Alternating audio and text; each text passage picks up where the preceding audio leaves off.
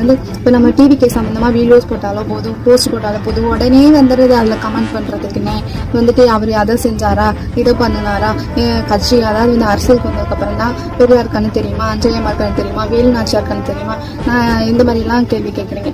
அவங்க வந்து ஒரு மூவி பண்ணுறாரு, ஒரு ஆடிஷன் ஷோ இல்லை வந்து மியூசிக் வந்து வெளியிடுறாங்க அப்படிங்கும்போது அது ஒரு அடிஷன் நடக்குது. அந்த இடத்துல போயிட்டு அவங்க வந்து எப்படி அஞ்சலியம்மாள் பற்றியும் வேலுநாச்சியார் பற்றியும் அவர் எப்படி பேசுவார், அந்த ஒரு காமன் சென்ஸ் கூட இல்லாமல் எல்லாரும் கமெண்ட் பண்ணுறாங்கன்னு நம்மளும் கமெண்ட் பண்ணணும்னு வந்துடுது. இப்போ கமெண்ட்டை அடிச்சு விட்றீங்க, ஓகே கரெக்டு.